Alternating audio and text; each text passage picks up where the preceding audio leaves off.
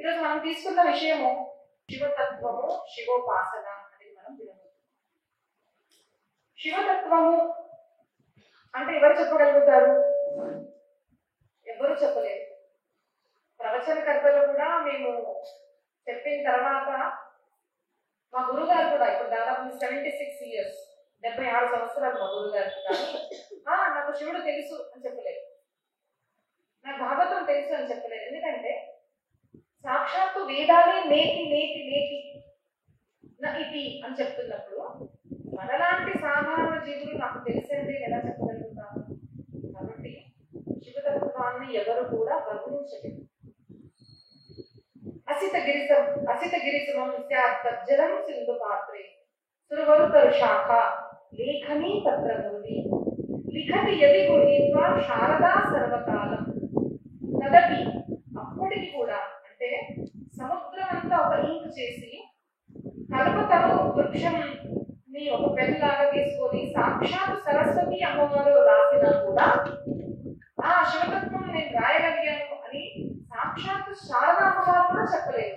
మరి మనము ఎవరంటే చెప్పగలిగేవాళ్ళు? కానీ చెప్పలేదు.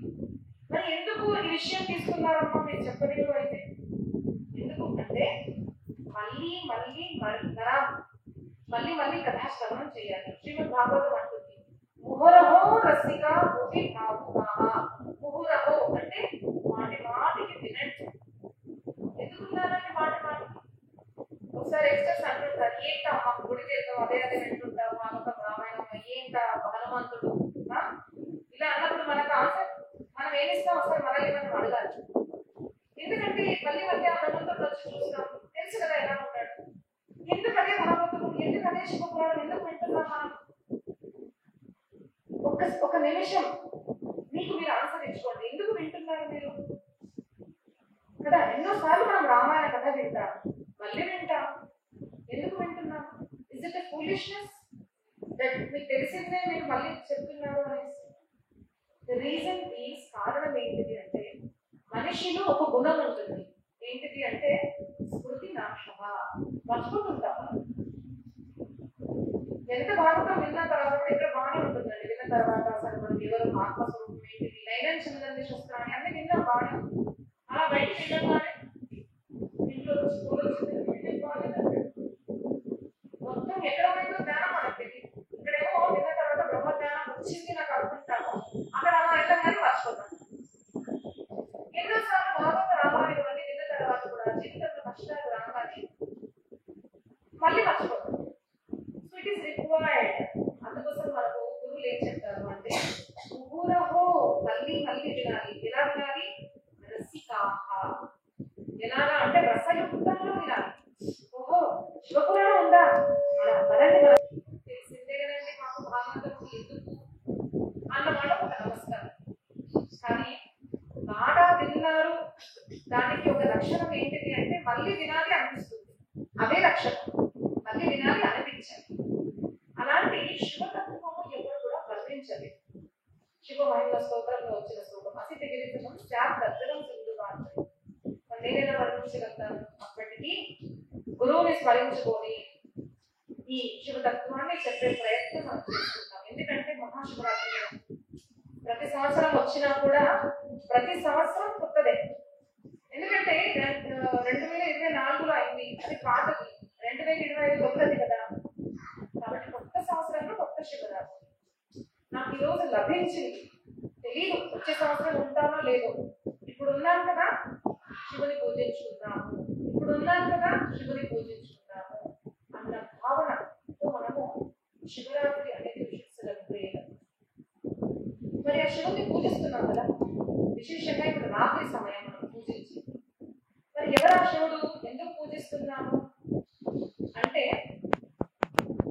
శివుడు అంటే భగవంతుడు. శివుడికి అర్థం ఏంటిది అంటే కళ్యాణ కారకుడు, మంగళకారకుడు. అంటే ఏంటిది? మంచి చేసేవాడు, కేవలం మంచి చేసేవాడు. మనలాంటి వాళ్ళు అనుకోండి, మన వాళ్ళకు మాత్రం మనం మంచి చేస్తాము. నాకు ఇష్టం లేని వాళ్ళకు మనం మంచి చేస్తామో లేదో కొంచెం డౌట్. కానీ నా వాళ్ళు అంటే మనం మంచి చేస్తాం. కానీ శివుడు అలాంటి వాడు కాదు. శివుడు అందరికీ మంచి చేస్తాడు. క్వశ్చన్ అడిగారంట వెంకటేశ్వర అమ్మ, మరి శ్మశానంలో శివుడు ఎందుకు ఉంటాడు అంటే, మంచిగా ఉన్న వాళ్ళతో, ధనవంతులతో, అందంగా ఉన్న వాళ్ళతో, ఫేమస్ ఉన్న వాళ్ళతో అందరు ఎవరైనా ఉంటారు. మరి భూత ప్రేతాలు అంటే అందరు భయపడతారు కదా. సమాజంలో ఎవరైతే అందరు భయపడతారో, ఎవరిని దూరం పెడతారో అలాంటి జీవుల్ని స్వీకరించిన వాడు శివుడు. కాబట్టి మనం చూడండి, ఒక గులాబీ పువ్వు ఉంటే, ఒకటే గులాబీ పువ్వు, ఇంట్లో ఏమో శివుడు, అమ్మవారు, పార్వతి, వినాయకుడు అందరూ ఉన్నారు. ఎవరికి అర్పించుకోవాలి అంటే శివుడు అంటాడు నాకేం అవసరం లేదు, ఎవరికన్నా అర్పించుకో, నాకు ధతుర పుష్పం చాలు, నాకు జలం చాలు, nothing. This puja doesn't require any costlier things. జలం చాలు. అది కూడా లేదమ్మా అంటే నమస్కారం కూడా చాలు అంటాడు. ఏమిస్తున్నాం అంటే మనం శివుడికి? కొంతమంది క్వశ్చన్స్ ఈ మధ్య సినిమా ద్వారా ఇట్లాంటి జనాలు గుర్తిస్తున్నారు. ఏంటిది అంటే, ఎందుకంటే శివుడికి ఇంత పాలు పోస్తున్నారు మీరు, వృధా అయిపోతుందిగా, పూర్ పీపుల్కి ఇవ్వండి అంటారు. కానీ ఒక్కసారి ఈ మాట అసలు ఎవరు అడగరు. శివుడికి అసలు కేవలం నమస్కారం వల్ల మాత్రమే ప్రసన్నుడు అవుతాడు శివుడు. పురాణం చెప్పే సమయం లేదు, కానీ ఒక్కొక్క సన్నివేశం మనం గనక చూస్తే ఆ జ్యోతిర్లింగ స్వరూపాలు మనం చూస్తాం కదండి. ఆ కథలు ఒకసారి వినండి. కేవలం భక్తి వల్ల జ్యోతి స్వరూపంలో ప్రకటించాడు ఆ శివుడు. కాబట్టి అలాంటి శివ పూజలో ఒక్క అంశాన్ని తీసుకొని సినిమాలు తీసి క్వశ్చన్స్ అడుగుతుంటే we should be able to answer. మనం దానికి ఆన్సర్ ఇవ్వగలగాలి. చిన్నప్పటి నుంచి మనం ఎన్ని లీటర్ పాలు పోస్తే మనం శివుడు కరుణించాడండి మనకు? We should ask our self. Questions అడిగే వాళ్ళు అడుగుతున్నారు, మన క్లారిటీ ఉండాలి. వాస్తవానికి చూస్తే పరమాత్మ మనకు ఎంత నీళ్లు, పాలు, గాలి అంటే కొంచెం కోవిడ్ గుర్తు తెచ్చుకోండి. ఎంత డబ్బులు ఇస్తే ఒక సిలిండర్ దొరికిందండి? డబ్బులు ఉన్న వాళ్ళకు కూడా ఆక్సిజన్ దొరకలేదు కదా. అలాంటి అబెండెంట్, అసలు అంటే కొంచెం అటు వెళ్ళి చూద్దామండి, ఆక్సిజన్ ఉందని చూస్తున్నామా? ఎక్కడ కూర్చున్నామో అక్కడ we are able to breathe freely కదా. ఆ శివుడు మనకి ఇచ్చినప్పుడు ఆయనకేదో ఇంత పాలు పోసి నేను పోస్తున్నాను అని మనం అనుకుంటే ఆయన నవ్వడు మన మీద. కాబట్టి గుర్తు పెట్టుకోండి, శివుడికి మనం ఏమి ఇవ్వలేము. ఆ పరమాత్మకి ఏదో ఇస్తుంటే ఆయన కృప చూపించాడు. మరి ఎందుకు ఆ స్వరూపాన్ని ధరించాడు అంటే, నీ మీద దయతో నేను ఈ రూపాన్ని ధరించాను. బికాస్ కృష్ణ, శివ, అమ్మ ఈజ్ అరూపి, నిర్గుణ స్వరూపం. ఎందుకు రూపం ధరించాడు అంటే మనకొక ఆలంబనం ఇవ్వడానికి ఒక రూపాన్ని ధరించాడు. అలాంటి ఒక చిన్న స్వరూపంలో వచ్చినప్పుడు మనం ఆయనకి ఏమిస్తామంటే ఏమి ఇవ్వలేము.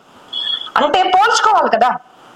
ఇప్పుడు మీరు నాకు 1,00,000 రూపాయలు ఇచ్చారనుకోండి, నేను మీకు 10 రూపాయలు ఇచ్చాను. నేను ఇచ్చాను, మీరు ఇచ్చారు. ఇచ్చాను అన్న పదం మాత్రమే ఉంది, కానీ మీరు ఇచ్చిన దానికి నేను పోల్చుకుంటే ఇంతండి కదా. Similarly what God has given us, పరమాత్మ ఇచ్చిన మనం గనక కంపేర్ చేసుకుంటే మనం ఆయనకి ఇచ్చింది ఏమీ కూడా లేదు. కాబట్టి మనలో భక్తి పెంచడానికి, మనకొక ఆలంబనం ఇవ్వడానికి పరమాత్మ హ్యాస్ టేకెన్ అ ఫామ్, ఒక రూపం ధరించి పరమాత్మ ఈ భూమిలోకి వచ్చాడనమాట. దాంట్లో ఒక స్వరూపము శివ స్వరూపము. శివుడు అంటే ఏంటి? మంగళకారకుడు. మంగళం చేస్తాడు అంటే మంచి చేస్తాడు, మంచే చేస్తాడు, అందరికి మంచి చేస్తాడు. కాబట్టి శ్మశానంలో కూడా భగవంతుడు ఉంటాడు. మనం భూత ప్రేతాదులకు భయపడినా అక్కడ ఉంటాడు. ధతూర పుష్పం ఎవరికి ఇష్టం అండి? గులాబీ కోసం మనం గొడవ పడతాం, ధతుర కోసం భయపడం. ధతురను కూడా స్వీకరిస్తాడు. అర్ధచంద్రుడు చూస్తాం కదా మనం. అందరికి పూర్ణత్వం అంటే ఇష్టం అండి.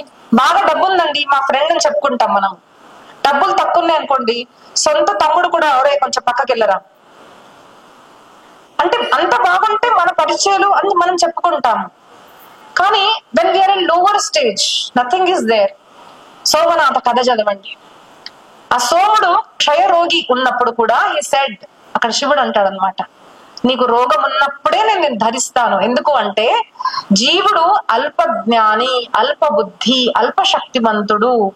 అలాంటి జీవిని కూడా నేను నెత్తి మీద పెట్టుకుంటున్నాను సోమ, నువ్వేమి ఇవ్వగలుగుతావు నాకు?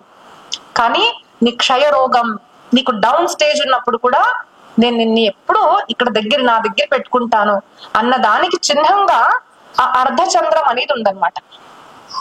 సోమేశ్వర లింగం కథ మనకు వస్తుంది, సోమనాథ లింగం. అలాంటి పరమాత్మ యొక్క స్వరూపం. శివుడు ఎవరు? శివుడు మంగళకారు. శివుడు ఎవడు అంటే శివుడు శుభకారకుడు, సత్యకారకుడు.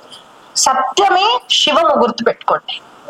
ఈరోజు మనం శివరాత్రి సందర్భంగా మనము పూజలు చేసుకుంటాం కదా, ఎందుకు చేసుకుంటాము అన్న కథ ఎంతమందికి తెలుసండి? ఇక్కడ నేను క్వశ్చన్స్ అడుగుతాను, మీకు స్కూల్ తీసుకెళ్ళిపోతాను అన్నమాట. ఎందుకు చేసుకుంటారండి చెప్పాలి. ఇంకా లింగోద్భవం.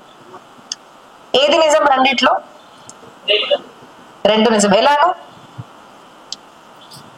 అస్తు మనకు సమయం లేదు, కల్పభేదాలుగా చెప్పబడుతుందండి. ఒకసారి కళ్యాణం జరిగింది కూడా అంటారు, కానీ కల్పభేదంలో లింగోద్భవం కూడా రెండు కథలు ఉన్నాయి. కాబట్టి చేసేవాళ్ళు రెండు చేస్తారు. కొంతమంది శివరాత్రి రోజు లింగోద్భవం అంటే లింగ అర్చన చేసి రెండో రోజు శివ కళ్యాణం కూడా చేసుకుంటారు.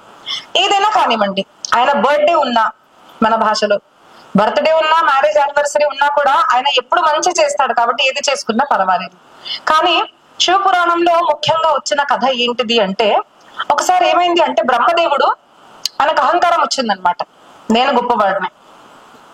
విష్ణుమూర్తిని చూడంగానే విష్ణు అసలు నాకు నమస్కరించట్లేదేంటి నువ్వు అని అడుగుతారు ఒకసారి. అయితే విష్ణు అదేంటిది, నువ్వు నా నాభిలో నుంచి కమలం వస్తే కమలంలో ప్రకటమైన వాడివి, నువ్వు నా పుత్రుడివి, అలాంటిది నేను నీకు ఎలా నమస్కరిస్తాను అంటే, అహంకారంతో లేదు నువ్వు మర్చిపోయావు, నేను ఆది పితని, సృష్టిని నేను స్థాపన చేశాను, సృష్టించాను, కాబట్టి నాకు నువ్వు నమస్కారం చేయాలి అని ఇద్దరు యుద్ధం చేస్తున్నప్పుడు, ఇద్దరం యుద్ధం చేస్తున్నారు అనమాట. అప్పుడు ఏమవుతుంది, త్రిలోకాల్లో కూడా సాక్షాత్తు విష్ణుమూర్తి బ్రహ్మదేవుడు ఇద్దరు యుద్ధం చేస్తున్నప్పుడు ఏమైపోయిందంటే త్రిలోకాల్లో కూడా హాహాకారం. ఇంకా ఇద్దరు యుద్ధం చేశారు అంటే ఎవరు గెలిచినా ఎవరు ఓడిపోయినా కూడా సంపూర్ణ సృష్టిలోనే బాధ కదా అని దేవతలు ఏడుస్తున్నప్పుడు సాక్షాత్తుగా ఇద్దరి మధ్యలో ఒక లింగం అనేది ప్రకటమైంది, తేజ స్వరూపంలో. అప్పుడు అక్కడి నుంచి ఒక దివ్య బాణి వినిపించింది అనమాట. మీరు ఇద్దరిలో ఎవరు నిజమైన వాళ్ళు నేను నిర్ణయిస్తాను, మీరు ఒక పని చేయండి, నేను ఎవరిని, నా ఆది ఏంటిది, నా అంతం ఏంటిది అని ఎవరు తెలుసుకుంటారో వాళ్ళే గొప్పవారు అని చెప్తారు. ఒకరు పైకి వెళ్ళండి, ఒకరి కిందికి వెళ్ళండి అంట. అయితే స్తంభ స్వరూపంలో, ఆ జ్యోతి స్వరూపంలో ఆ లింగం ఉందన్నమాట. మరి ఎవరు తెలుసుకుంటారు అంటే బ్రహ్మదేవుడు హంసం మీద కూర్చొని పైకి వెళ్ళిపోతాడు, విష్ణుమూర్తి గరుడం మీద కూర్చొని కిందికి వెళ్ళిపోతాడు. ఎంత కిందికి వెళ్ళినా కూడా ఆయనకు అంతం అనేది కనిపించదు విష్ణుమూర్తికి. అరే కనిపించట్లేదు, ఇదేదో అనంతమైనది అని తెలుసుకొని విష్ణుమూర్తి వచ్చేస్తారు. బ్రహ్మదేవుడు ఏం చేస్తాడు అంటే, ఎలాగన్నా నేనే నిజమని ప్రూవ్ చేసుకోవాలి అనేసి పైకి వెళ్తుంటే ఐడియా ఏం చేయాలి అనగానే పైనుంచి గోవు వస్తుంటుంది అనమాట. అలాగే పైనుంచి ఒక కేతకి పుష్పం కింద పడుతూ ఉంటుంది. అయితే వాళ్ళిద్దరు ఏమంటారు అంటే, మీరు ఇక్కడి నుంచి వస్తున్నారు అంటే మాకు తెలీదు, కానీ మేము ఏదో పైనుంచి ఇలా కింద పడిపోతున్నాము అంటే, మీరు ఒక పని చేయాలి, కింద ఇలా విషయం జరిగింది, ఆ విష్ణుమూర్తికి వచ్చి నేను ఆదిని చూశాను అని మీరు ఇద్దరు సాక్ష్యం ఇవ్వాలి అంటారు. అయితే మనిషి అడుగుతాడు కదండి, సరే నేను చెప్తాను కానీ మరి నాకేంటిది అని ఉంటుంది. కొంతమంది నాకేమి ఇచ్చినా నేను చెయ్యను, నేను సత్యమే మాట్లాడతాను. కొంతమంది ఎలా ఉంటారంటే దీనికోసం ఏమన్నా చేద్దాం కదా అన్నవాళ్ళు కూడా ఉంటారు సమాజంలో. కాబట్టి కేతకి పుష్పం ఏమడుగుతుందంటే, నేను మరి చేస్తాను కానీ నాకేమిస్తావు అంటే, నేను రచించిన వాడిని కాబట్టి I will give you good position, ఒక కుర్చీని ఇస్తాను నీకు, ఒక సీఎం పదవినో ఎమ్మెల్యే పదవినో ఇస్తాను అంటే చాలా మంది లొంగిపోతారు. ఇంకా అంతే కదండి, ఒక వాల్యూస్ అనేవి పక్కన పడిపోతాయి. పదవి, డబ్బు, ఆడవాళ్ళు, దీని మీద కొంతమంది లోపితులు అయిపోతారు అన్నమాట. మరి ఏం చేయాలి అంటే, సరే నేను చేస్తాను అంటుంది. గోవు కూడా స్వీకరిస్తుంది. ఇద్దరు కిందికి వచ్చేసి విష్ణుమూర్తి ముందు బ్రహ్మదేవుడు ఆదిని చూశాడు, మేమిద్దరం సాక్ష్యం చెప్తున్నాము అని అంటారు అనమాట. విష్ణుమూర్తి ఏంటిది, సత్య స్వరూపం, సత్యవ్రతం త్రిసత్యం సత్యస్యోనిం నిహితంచ సత్యే, సరే మరి నేను నమ్ముతున్నాను అంటారు. కేతకి పుష్పం అబద్ధం చెప్పింది, గోవు కూడా అబద్ధం చెప్పింది. కానీ ఒక పరమాత్మ అన్నవాడు ఉంటాడు, ఎప్పుడు గుర్తుపెట్టుకోండి. మన జీవితంలో కూడా కొంతమంది అలా ఉంటారు, మన పరివారంలో కానివ్వండి, బయట కానివ్వండి. కొంతమంది అసత్యాన్నే సత్యంగా ఎంత బాగా చెప్తారు అంటే, ఒక్కొక్కసారి మనం చెప్తుంటే మనకే డౌట్ వస్తుంది, అది నేను నిజమా ఆయన నిజమా అని మనకే డౌట్ వస్తుంది. అంత బాగా చెప్తారు, అబద్ధాలు కూడా సత్యం ఉన్నట్టుగా చెప్తారు. మరి మనకు అనిపిస్తుంది ఏంటోలే కలియుగము, ఎంత చేసినా కూడా సత్యం ఏం పనికిరాదు అని మనము ఒక్కొక్కసారి హతాశ అయిపోతాం అనమాట, నిరాశగా గురి అయిపోతాం. కానీ ఇలాంటి కథలు అందుకోసమే వినాలి. ఎప్పటికైనా సత్యమే నిలుస్తుంది, గుర్తుపెట్టుకోండి. అలా అన్నారు, ఎవరు చూడట్లేదు అనుకుంటాం, కానీ పరమాత్మ అన్నవాడు ఉన్నాడు కదండి. ఆ పరమాత్మ ఆకాశవాణి వినిపిస్తుంది, బ్రహ్మ నువ్వు అబద్ధం చెప్పావు కాబట్టి నీకు ఎప్పుడు కూడా పూజ అనేది జరగదు అని ఒక శాపం శివ మహాపురాణంలో ఇచ్చారు బ్రహ్మదేవుడికి. అలాగే కేతకి పుష్పానికి కూడా శివుడు నువ్వు అబద్ధం చెప్పావు కాబట్టి ఎప్పుడు కూడా కేతకి పుష్పాన్ని నేను స్వీకరించను అని చెప్తారు. గోవు, మనం గోవుని మాత అంటాం కదండి, సాక్షాత్తు గోవు కోసమే పరమాత్మ కూడా అవతారం ధరించాడు. అలాంటి గోవు కూడా నోటితో నుంచి అబద్ధం చెప్పిద్ది కాబట్టి మనం గోవుని ముందు నుంచి పూజించము, వెనక నుంచి పూజిస్తాం. That is the reason. ఇప్పుడు కొంతమంది ఏమంటారంటే ఏంటి స్టోరీస్ అంటారు. రిమెంబర్ వన్ థింగ్, ఎందుకు ఈ స్టోరీస్ చెప్పారు మనకంటే, మీరు గోవా, మీరు కృష్ణపుత్రులా, మీరు సాక్షాత్తు దేవుడా, మీరు ఎవరికి పుట్టారు, ఒక ఎమ్మెల్యే పుట్టారా, పెద్దవాళ్ళకు పుట్టారా అన్న మన శాస్త్రం చూడదు. You did wrong, you will be punished. సాక్షాత్తు కృష్ణ పరమాత్మ పుత్రులు తప్పు చేయడం వల్ల ఆ యదువంశం మొత్తం సంహారం జరుగుతున్నప్పటికీ కూడా కృష్ణుడు డిడ్ంట్ స్టాప్, ఆపలేదు. ఎందుకు? తప్పు చేసేవాడికి పనిష్మెంట్ దొరకాల్సిందే. That is what dharma is, that is what is satya. అదే సత్యము, అదే నిజము, అదే ధర్మము, అదే పరమాత్మ. అంతే కదండి. మరి అబద్ధాన్ని గెలిపించేవాడు పరమాత్మ ఎలా అవుతాడు? కాబట్టి కథల రూపంలో మనకు చెప్పారు, మీరు గోవుని మాత అనుకున్నా కూడా తప్పు చేసింది కాబట్టి నోటి పూజ లేదు. తప్పు చేశావు కాబట్టి కేతకి పుష్పాన్ని ఎప్పుడు కూడా పరమాత్మకు అర్పించరాదు. శివుడు స్వీకరించాడు. తర్వాత బ్రహ్మదేవుడు, బ్రహ్మ లాంటి వాడు, సృష్టిని రచించిన వాడు తప్పు చేసినా కూడా తనకు punishment, there should be no Brahma's temple. ఒక పుష్కర్లో ఇంకెక్కడో ఐ థింక్ ఒకటే పుష్కర్లోనే ఉంది.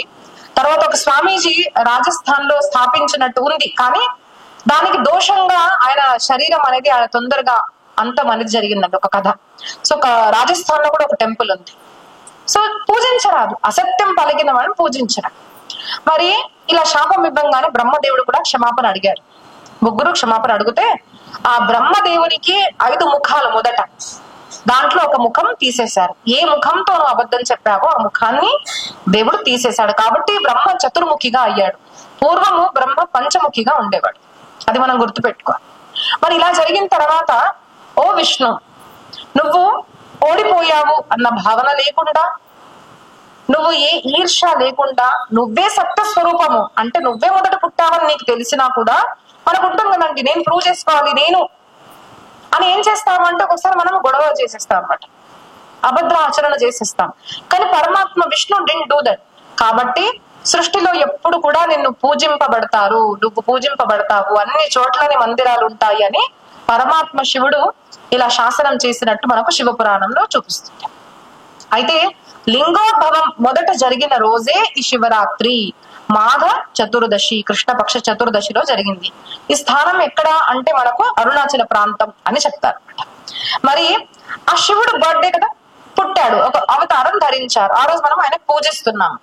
మరి ఆయన పూజ చేసి మన నిజ జీవితంలో మనం అబద్ధం చెప్పామనుకోండి, పూజ చేస్తున్నాం, పళ్ళు పూలు ఆభరణాలు అన్ని ఇచ్చేస్తున్నాం, పూజలు చేస్తున్నాం, ఘనంగా అన్ని లైవ్ చూపిస్తున్నాం, ఎంతో మందికి దానం చేస్తున్నాం. కానీ మనము నిజ జీవితంలో అసత్య ఆచరణ చేస్తుంటే మీకేమనిపిస్తుంది? దేవుడు మీ పూజలు స్వీకరిస్తాడా? స్వీకరించడా? స్వీకరించాడు. బ్రహ్మ అంతటి వాడికే పనిష్ చేశాడు అంటే మన పూజ స్వీకరిస్తాడా? కాబట్టి శివతత్వము అంటే అది గుర్తుపెట్టుకోండి, శివతత్వము ఈజ్ ఈక్వల్ టు సత్య స్వరూపము. మొదట మనకు చెప్పింది ఏంటిది అంటే సత్యం వద, తర్వాత ధర్మంచర, ధర్మం తర్వాత వస్తుంది. మొదట సత్యము, సత్యమే పలకాలి, నిజం చెప్పాలి, సత్యమే గెలవాలి. సత్యం అంటే ఇంకో మాట చెప్తానండి, ఇప్పుడు మనము నిజం చెప్పాలి అంటాం కదా. ఇప్పుడు ఏమైందంటే ఒక అమ్మాయిని కిడ్నాప్ చేస్తుంటే ఆ అమ్మాయి నా ముందు అలా వచ్చేసి వెనక వెళ్ళి దాచుకుంది. ఆ గుండాలు వచ్చారు, ఆ అమ్మాయి ఎక్కడ చెప్పు అనగానే నేను నిజం చెప్తాను కదా బాబు వెళ్ళంటే అమ్మాయి అక్కడ దాచుకొని ఉందని చెప్పారనుకో. ఇప్పుడు అమ్మాయికి చెడు జరిగిపోయింది. అలాంటి సమయంలో ఇప్పుడు నేను నిజం చెప్పాలా అబద్ధం చెప్పాలా? అబద్ధం చెప్పాలి.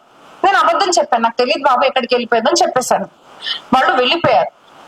కానీ అలాంటి సమయంలో నేను చేసింది సత్యమే అని నేను అంటాను. ఇప్పుడు మీరేమంటారు చెప్పండి? వాట్ ఈస్ సత్యము? సత్యము అంటే కళ్యాణము, శుభము. గుర్తు పెట్టుకోండి. ఎవరికి కూడా కీడు చేసేటట్టుగా సత్యం మనం మాట్లాడకూడదు. సత్యం బ్రూయాత్ ప్రియం బ్రూయాత్ న బ్రూయాత్ సత్యం అప్రియం. ఒకరికి చెడు జరిగేటట్టుగా అది నిజం ఉన్నా కూడా చెప్పకూడదు. గుర్తు పెట్టుకోండి. అలాంటి నిజం మాత్రమే మనం చెప్పాలి. ఏదైతే లోక కళ్యాణార్థం, లోకానికి కళ్యాణం చేస్తుందో అలాంటి సత్య స్వరూపమే పరమాత్మ. మనం గుర్తుపెట్టుకోవాలి. దట్ ఈస్ శివ తత్వం. ఇప్పుడు ఈ శివుడిని మనం పూజిస్తాం కదా, ఎలా పూజిస్తాము, ఎలా పూజించాలి అని శివ పురాణంలో మనకు క్వశ్చన్ వేస్తారన్నమాట. నందీశ్వరుడు క్వశ్చన్ అడుగుతాడు. ప్రశ్న వేసిన తర్వాత ఏం చెప్తారు అంటే, 2 స్వరూపాలు ఉంటాయి, నిర్గుణ స్వరూపము, సగుణ స్వరూపము. అయితే సగుణ స్వరూపం అంటే ఏంటిది అంటే కాళ్ళు, చేతులు, నోరు, ముక్కు ఇలాగా ఉన్న ఒక మూర్తి ఉంటుంది కదా శివుడిది. ఆ మూర్తిని, ఆ విగ్రహాన్ని మనము సగుణ స్వరూపము అంటాం. మరి నిర్గుణ స్వరూపం అంటే ఏంటిది? కనిపించడు కదా పరమాత్మ. కనిపించడు అంటే నిర్గుణము అనుకుంటారు. ఇక్కడ మనం ఒక పొరపాటు చేస్తున్నాం. ఏంటిది అంటే లింగ స్వరూపమే నిర్గుణ స్వరూపము. గుర్తు పెట్టుకోండి. లింగ స్వరూపమే నిర్గుణ స్వరూపం.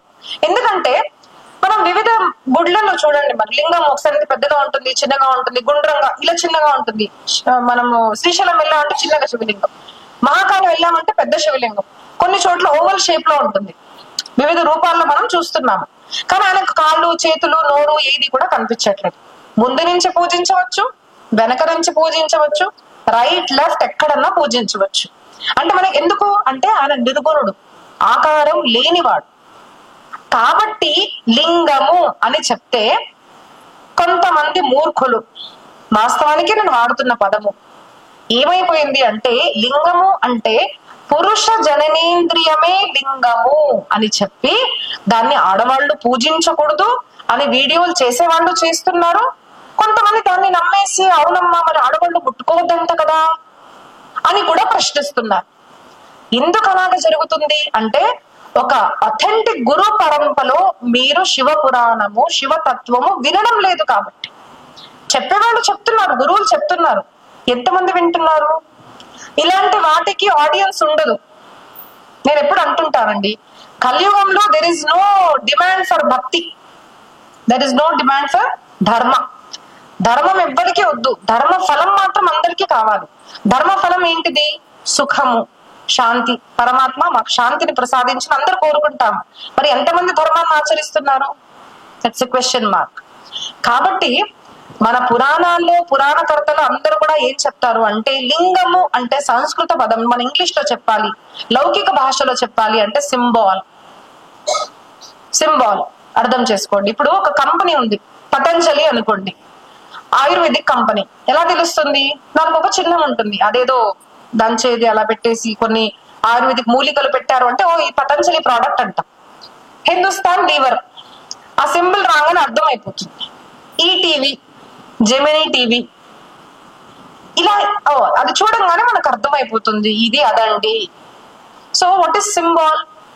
ఈజ్ లింగము. దాన్ని లింగము అంటారు సంస్కృతంలో. కానీ మనం సంస్కృతం చదవము, తెలుసుకోము. ఇప్పటి కాలంలో గూగుల్ గురువు అయిపోయింది అనమాట. మనకు గూగుల్నే గురువు అనుకొని కొంచెం దగ్గొచ్చేస్తుందండి, ఛాతీలో నొప్పి ఉందండి, మరి గూగుల్ ఏమంటుంది అంటే మీకు హార్ట్ అటాక్ వచ్చేటట్టు ఉంది అనగానే మనము డాక్టర్ నాకు హార్ట్ అటాక్ వస్తుందని మనమే డయాగ్నోస్ చేసుకుని డాక్టర్స్ దగ్గరికి వెళ్తున్నారు. Same thing is happening in పురాణ సోల్స్. ఇలా అన్నారండి. ఒక మనిషి 28 years, దాదాపు 28 సంవత్సరాలు చదువుకొని డాక్టర్ గా తీసుకున్న డిగ్రీ ఒక వ్యక్తికి ఒక గూగుల్ అడిగి నాకు ఇలా అనిపిస్తుందండి అని మీరు అంటే shouldn't there be any difference? మనలో అలాంటి వాళ్ళు. అలాగే మేము ప్రవచనాలు చెప్తున్నాము అంటే కాపీ అండ్ పేస్ట్ ఉండదు. సాధన, గురుగారి దగ్గర చేసిన సాధన, ఒక గ్రంథం చదవాలి అంటే ఎన్నో సంవత్సరాలు పడుతుంది. సాధన చేసి మేము చెప్తుంటే లేదమ్మా మా వీడియోలో ఇలా విన్నామమ్మా, మేము చెయ్యమమ్మా అని అంటారు. ఏం చెప్పాలి? సో ఎప్పుడు కూడా ఒక అథెంటిక్ గురువు దగ్గర మనం శాస్త్రాలు అనేవి వినాలి. సో లింగం అంటే ఏంటిది? Symbol of Shiva. సరే, మరి ఓన్లీ శివుడికే ఉందా? మీరు చూడండి, మహారాష్ట్రలో అయితే ఉంది. చాలా ప్రాంతాల్లో ఒక నది నుంచి రాయిని తీసుకొచ్చి దానికి ఒక ఆరెంజ్ కలర్ అది ఉంటుంది కదా, షేందూరం మన హనుమంతుడికి పెడతారు, అది పెట్టేసి దానికి కూడా కళ్ళు ముక్కు ఇది పెట్టేసి అమ్మవారు అంటారు. ఎంతమంది చూసారండి? శివుడు. వినాయకుడికి కూడా అలా ఉంది, వినాయకుడిని కూడా. తర్వాత శాలిగ్రామానికి ఏ రూపం ఉంటుందండి కదా? చిన్న పెద్ద, చాలా పెద్ద, ఎన్నెన్నో రూపాలు, వంకర టింకరగా ఉంటుంది. There is no shape actually. శాలిగ్రామం అంటే ఇలాగే ఉంటుందని ఎవరు చెప్పలేరు. సో శాలిగ్రామము ఈజ్ నిర్గుణ స్వరూపం ఆఫ్ విష్ణు. సిమిలర్లీ మన దగ్గర పంచాయతనం పూజ అయితే చేస్తామో మనము, అంటే ఒకటైతే సాక్షాత్ సూర్యనారాయణ, ఆయనకు మనం గుడి పెట్టే అవసరం లేదు, ఎందుకంటే డైరెక్ట్లీ కనిపిస్తాడుగా. నలుగురు, వినాయకుడు, శివుడు, అమ్మవారు, విష్ణుమూర్తి. ఈ నలుగురికి కూడా లింగ స్వరూపాలు ఉన్నాయి. కానీ ఏమైందంటే ప్రచలితం, లోక ప్రచలితం ఏంటిది? ఈ లింగాన్ని మాత్రమే మనం లింగం అంటున్నాం కాబట్టి ఇదే శివలింగం అని అంటున్నాం. శివలింగం, సింబల్ ఆఫ్ శివ ఈ శివలింగం, గుర్తుపెట్టుకోండి. సో అలాంటి నిర్గుణ స్వరూపాన్ని మనము పూజిస్తున్నామే, దాన్ని మనము శివలింగము అంటాము. కాబట్టి శివపురాణంలో ఎక్కడ కూడా ఆడవాళ్ళు పూజ చేయకూడదు అని లేదు. పురుష జననేంద్రియము అన్న వాళ్ళు పరమ మూర్ఖులు అని మనకు తెలియాలి. అది కాదు. ఎందుకు అంటే పరమాత్మ నిర్గుణ స్వరూపం, తన ఒక రూపాన్ని ఎలా ఇస్తారు? దాంట్లోనూ ఒక తుచ్చమైన శారీరక భాగాన్ని మీరు లింగం అని ఎలా అంటారు? బికాస్ సాధారణ భాషలో లింగం అంటే ఏంటిదండి? వాట్ ఈజ్ యువర్ లింగం అంటే, ఇంగ్లీష్ లో చెప్పాలంటే సెక్స్ అంటే ఐఎమ్ ఫీమేల్, నేను ఒక ఆడదాన్ని, నేను మగవాడిని అని చెప్తాం మనం. So this is equal to that అంటే చదువుకునే వాళ్ళ తప్పు, కానీ పురాణాల్లో మనకైతే క్లియర్ గా ఇచ్చారు కదండి. శివలింగము సింబాల్ ఆఫ్ శివ. కాబట్టి లౌకిక భాష, గ్రాంధిక భాష అన్నవి రెండు వేరే ఉంటాయి. అలాంటి శివుడి పూజ అందరూ చేయవచ్చు, చిన్న పెద్ద అందరు కూడా. కాబట్టి మన భారతీయ సనాతన ధర్మంలో అందరి దగ్గర కూడా అసలు ప్రతి ఊర్లో, ప్రతి ఇంట్లో కూడా ఒక శివలింగము ఉండాలి అని మనకు శివ పురాణము చెప్తుంది. శివుడి పూజ ఎలా చేయాలి అంటే విగ్రహ రూపం కన్నా లింగ పూజ చేయండి అంటారు. ఏ గ్రామంలో కూడా లింగం లేదు, శివలింగం గుడి లేదు అంటే అలాంటి గ్రామంలో ఉండకూడదు అంటారు. కాబట్టి మన పల్లెటూర్లలో కూడా చూడండి, దాదాపు శివలింగం అంటే లింగ ఖచ్చితంగా ఒకటి ఉంటుంది. శివుని గుడి ఒకటి ఖచ్చితంగా నార్త్ సౌత్ రెండు చోట్ల ఉంటుంది. అది భగ్నం చేశారు, కొంతమంది తీసేశారు, అది వేరే విషయం. బట్ ఎవ్రీ విలేజ్, ప్రతి ఒక్క గ్రామానికి ఒక శివాలయం అనేది ఉంటుంది మన దగ్గర. కాబట్టి భారతదేశము ప్రాంతం పదే పదే తీర్థ అంటారు. అంటే కొన్ని అడుగులు వేయంగానే ఈ తీర్థం అండి, ఆ తీర్థ స్థానం అండి, ఆ తీర్థ క్షేత్రం అండి అంటారు. దట్ ఈస్ భారతదేశం. కాబట్టి అలాంటి శివుని పూజ ఎవరు చేయాలి? అందరూ చేయాలి, రోజు చేయాలి. ఎలా పూజ చేయాలి అండి అంటే శివుని పూజ చాలా ఈజీ అండి.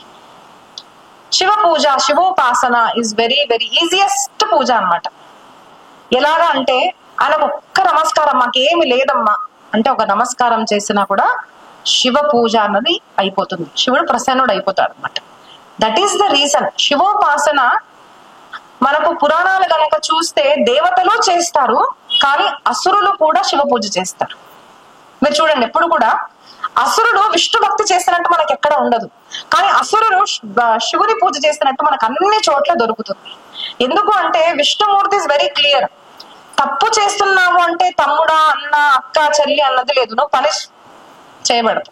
శివుడు ఎట్లాంటి వాడు అంటే శివుడు పరమాత్మనే, కానీ ఏదో నీకు పిల్లలు కావాలా, ఓకే ఇచ్చేస్తాను, తొందరగా వెళ్ళిపో, నాకు నా సాధనలో డిస్టర్బ్ చెయ్యకు.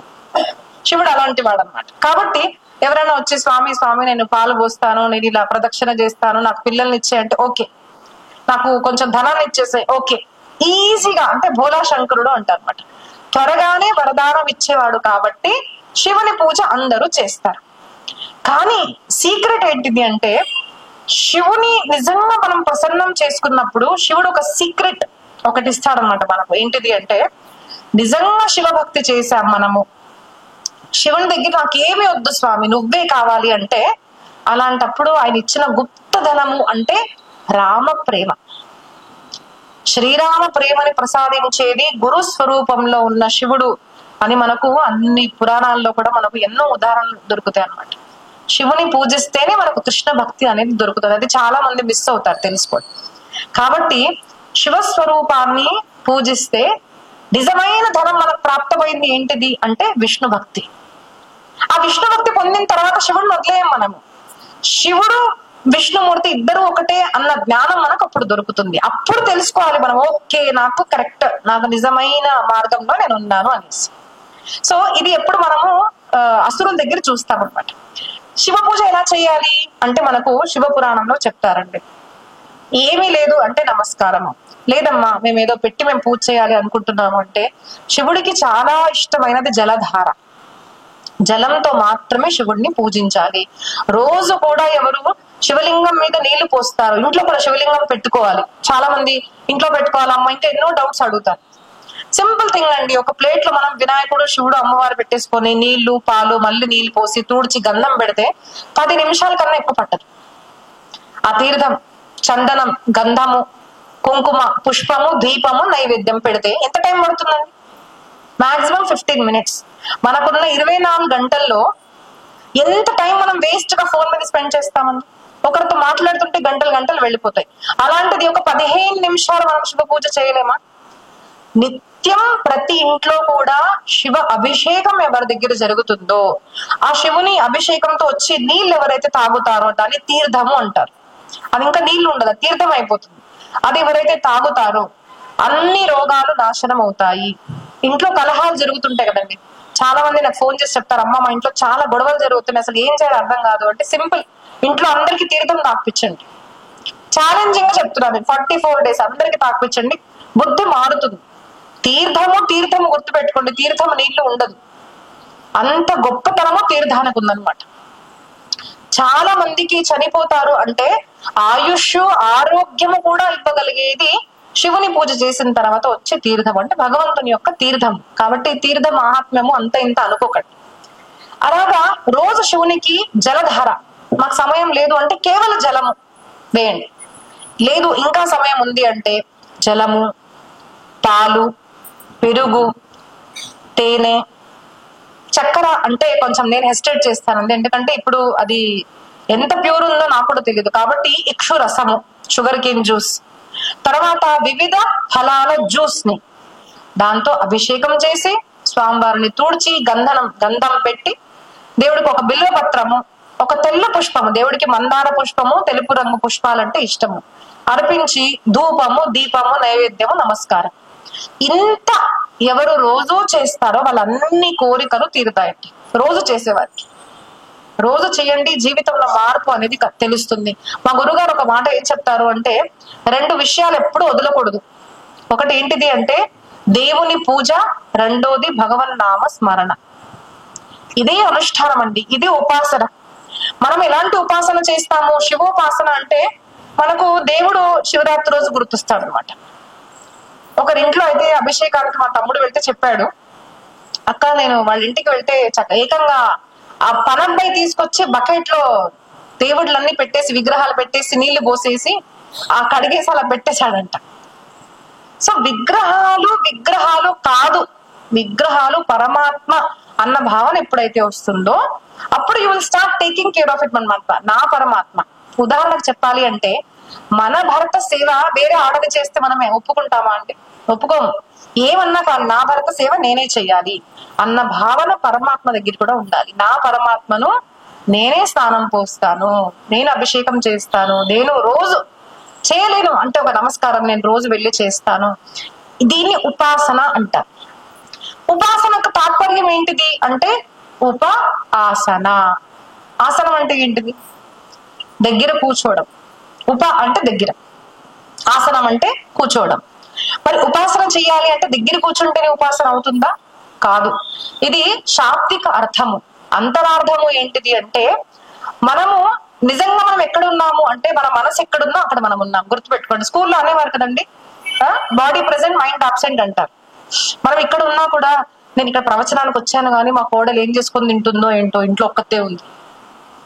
అయ్యో నేను ఇక్కడికి వచ్చాను కానీ చెప్పులు ఉంటాయో లేదో ఇంకా గంట సేపు. సో మీరు ఇక్కడ లేరు, మీ మనసు ఎక్కడున్నా మీరు అక్కడున్నారు కదండి. కాబట్టి మనస్సు పరమాత్మ దగ్గర ఉండాలి. మీరు ఇక్కడ ఉన్నా కూడా ఆ శివస్మరణ మనం చేసుకోవచ్చు. పని చేస్తున్నా కూడా శివస్మరణ మనం చేసుకోవచ్చు. దాన్ని ఉపాసన అని అంటారు అన్నమాట. ఆ ఉపాసన చేయడానికి మనకు ఒక సులువుగా చెప్పిన మార్గం ఏంటిది అంటే ఉపవాసము. ఉపాసన ఉపవాసం దాదాపు ఒకటే అర్థం అండి. ఉపవాసం చెయ్యాలి అంటారు. అంటే ఏంటిది? మేమేమి తినమండి, ఏమి తినం శివరాత్రి రోజు. కానీ ఏంటో రేపు పొద్దున ఎప్పుడైతుందో 2 ఇడ్లీలు ఎప్పుడు కడుపులో పడతాయో అన్నది కాకుండా మన శరీరము ఎంత తింటే ఎంత తినకుంటే నేను శివుని స్మరించగలుగుతాను అంత తిండి మనం తినాలండి. సింపుల్ చెప్పాలి. ఉత్తమమైనది ఏంటిది అంటే నిర్జనంగా ఉండడం. నీళ్లు కూడా తాగకుండా ఉండగలిగితే ఉత్తమం. కానీ దేఖీ నెయ్యి కర్నా అంటే వాళ్ళు చేస్తున్నారు కాబట్టి నేను కూడా చేశానండి, నేను నీళ్ళు తాగలేదు, అలా చేయకూడదు. అందరి శరీరం వేరే అండి. మన దగ్గర అన్ని సాధన కూడా కస్టమైజ్డ్ అన్నమాట. పవన్ కళ్యాణ్ గారు ప్రత్యంగిరి అమ్మవారు చేశారు అని ప్రత్యంగిరి అమ్మవారి దేవాలయాలు ఓహో అసలు ఎంతో మంది ప్రతిష్ఠ చేస్తున్నారు. అలా చేయకూడదు. యాక్చువల్లీ క్షమించాలి, చాలా మంది కోపం రావచ్చు. కానీ ప్రత్యంగిర బగలాముఖి టెంపుల్స్ రావడము అనేది ఒక ఫ్యాషన్ అయిపోయింది. బట్ దే ఆర్ హై శక్తి యుక్తమైన స్వరూపాలు అన్నమాట అమ్మవారిది. అలా ఎక్కడ పడితే అక్కడ దేవాలయాలు చేయడము, అక్కడ సేవలు చేస్తారు, అది తప్పు. అవి ప్రకటంగా ఎక్కడ కూడా గుడ్లు ఉండకూడదు అని సశాస్త్రీయంగా చెప్తున్నాను. అప్పటికీ మీరు పెట్టేవాళ్ళు పెట్టండి, వెళ్ళేవాళ్ళు వెళ్ళండి, చెప్పేవాళ్ళకు మేము శాస్త్రబద్ధంగా చెప్తున్నాను. వైదిక శాస్త్రబద్ధంగా ఇలా ఉండకూడదు.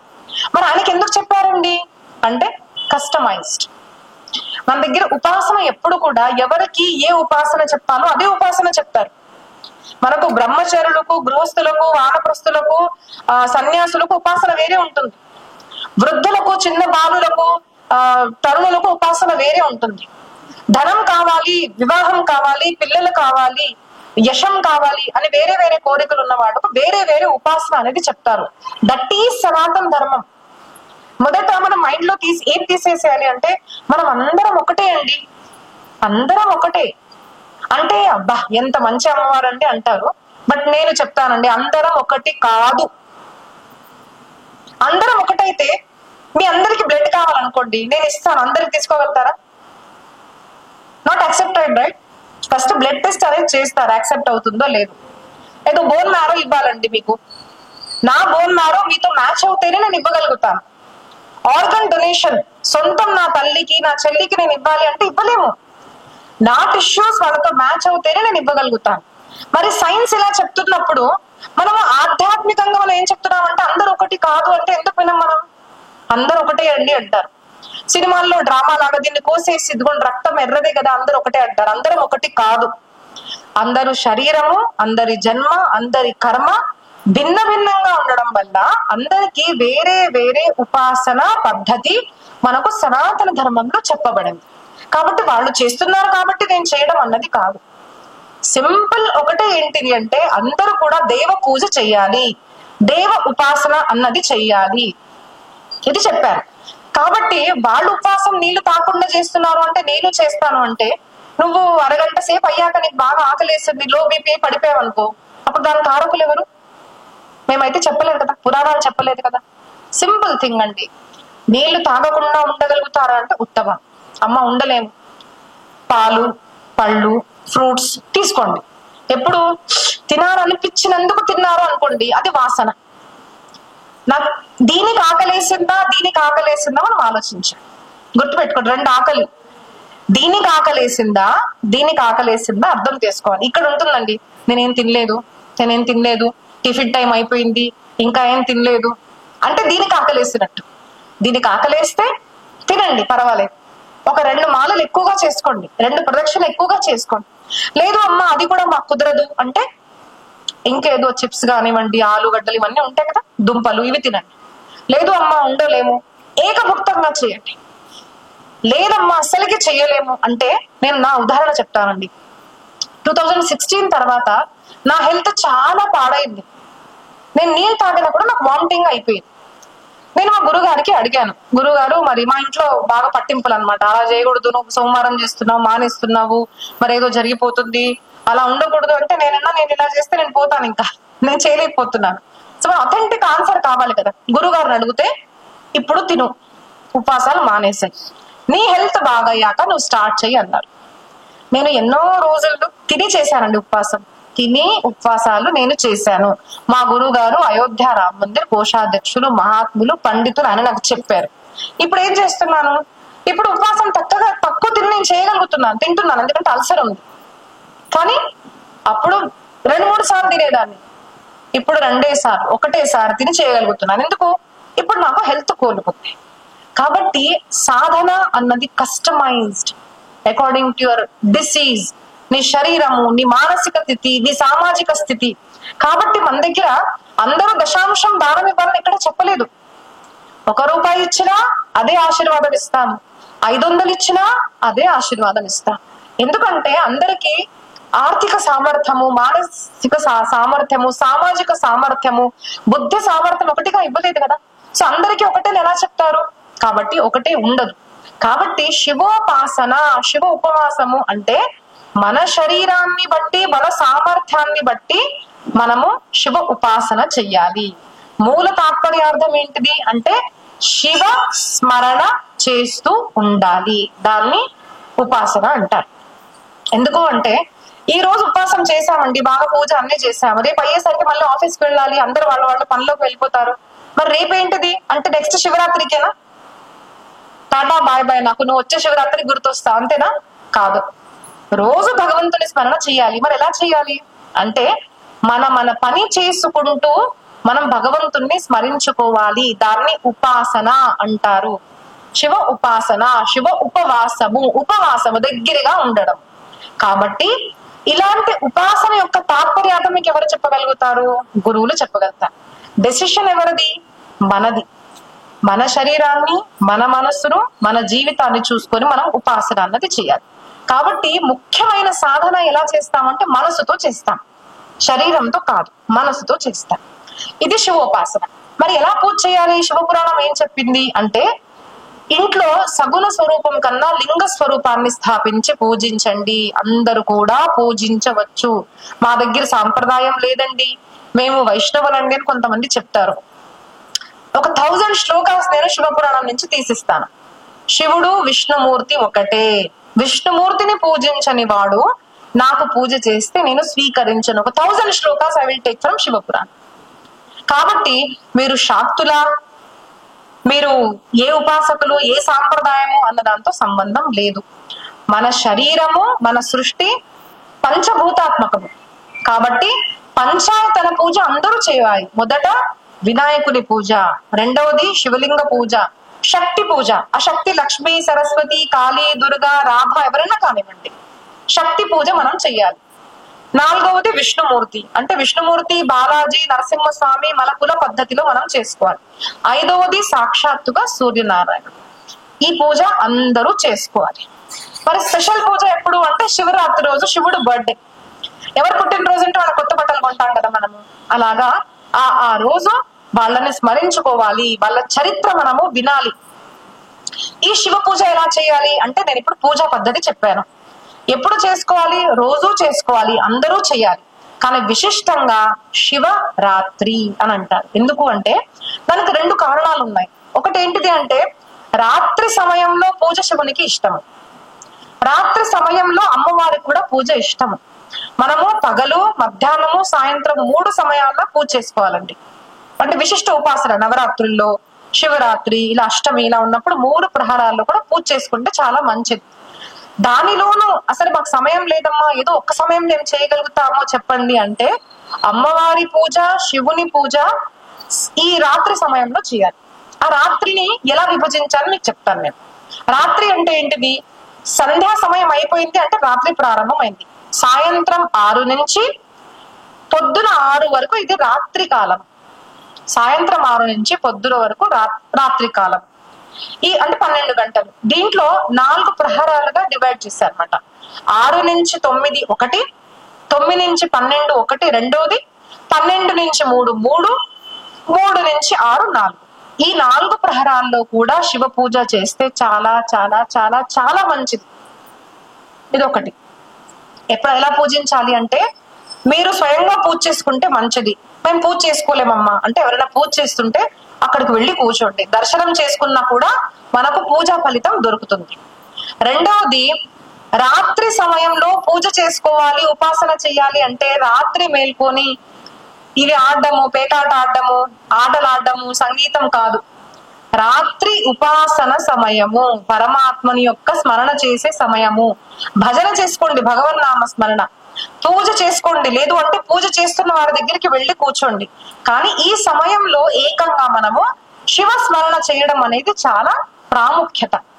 కాబట్టి ఈ 4 సమయాల్లో సరే మరి 6 నుంచి 12 దాకా కొంచెమే చేయగలుగుతాం అక్క, ఒక సమయాన్ని చెప్పండి అంటే అతి ఉత్తమమైనది అంటే 12 నుంచి 3, 3 నుంచి 6 ఈ ప్రహర్లో ఎప్పుడు చేసుకున్నా మంచిది. ఇంకా ఉత్తమమైనది చెప్పండి అంటే పొద్దున 3 నుంచి 6 సమయం కూడా చాలా ఉత్తమమైనది. కొంతమంది రాత్రి 12 నుంచి 3 కూడా ఉత్తమం అంటారు. మీకు ఎలా వీలుంటే అలాగా రాత్రి సమయంలో మేల్కొని పూజ చేయండి. ఎంత సహజంగా ఉంటే అంత ఉపవాసం చేయండి. అది శివరాత్రి పూజ. అయితే శివరాత్రి, మాఘ శివరాత్రి మనం చేస్తాము. మాస శివరాత్రి కూడా వస్తుంది కదా ప్రతి నెలలో. ఆ నెలలో కూడా మనము మాస శివరాత్రి వచ్చిన రోజు కూడా ఇలాగే భగవంతుణ్ణి పూజించుకుంటే అదే ఫలితం మనకు దొరుకుతుంది అని మనకు శివ పురాణంలో చెప్పారు. కాబట్టి శివతత్వము, శివ ఉపాసన అంటే చాలా సులువైనది, అందరికీ తెలిసిందే. కానీ మరీ మరీ వినాలి, మరీ మరీ స్మరించాలి, మరీ మరీ భగవంతుని నామస్మరణ చెయ్యాలి. ఎందుకు చేస్తే ఏం ఫలితం దొరుకుతుంది అని మన పిల్లలు వచ్చే తరం మనల్ని అడిగితే ఒక్క మాట గుర్తు పెట్టుకోండి. రామ రామ రామ రామ శివ శివ శివ అంటుంటే ఏం జరుగుతుంది? ఏం జరుగుతుంది చెప్పండి? ఆధ్యాత్మిక పరంగా ఠీకే, మనకు స్మరించుకుంటున్నాను, బలం వస్తుంది, శక్తి వస్తుంది. మరి కొంతమంది అంటారు మేము నమ్మము అనేసి, వాళ్ళకి ఏం చెప్తారు మీరు ఆన్సర్? రామ రామ రామ రామ రామ రామ రామ అంటుంది అమ్మ, పిల్లవాడు అడుగుతున్నాడు ఏమొస్తుంది రామ రామ అంటుంటే? ఏం జరుగుతుంది చెప్పండి? ఏం జరుగుతుంది? నామ స్మరణ. ఓకే, నామ స్మరణ. ఇప్పుడు నేను టొమాటో అన్నానండి, మీకు ఏం కనిపించింది? టమాటో కనిపించింది. కోతి అన్నాను, ఏం కనిపించింది? కుక్క కనిపించిందా? కోతిదే కనిపించింది. ఎర్ర కుర్చీ అన్నాను, ఏం కనిపించింది? చిన్ని పాప అన్నాను, ఏం కనిపించింది? మనము దేన్ని ఉచ్చరిస్తున్నామో మనకు అది కనిపిస్తుంది కదా.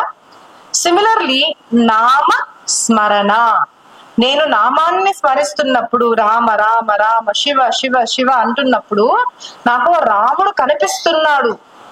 ఏ రాముడు కనిపిస్తున్నాడు అంటే ఏకపత్ని వ్రతుడు కనిపిస్తున్నాడు నాన్న నాకు. ఆ రాముడు ఎవడు? ఏకపత్ని వ్రతుడు. మన పిల్లలకి మనం చెప్పగలగాలి.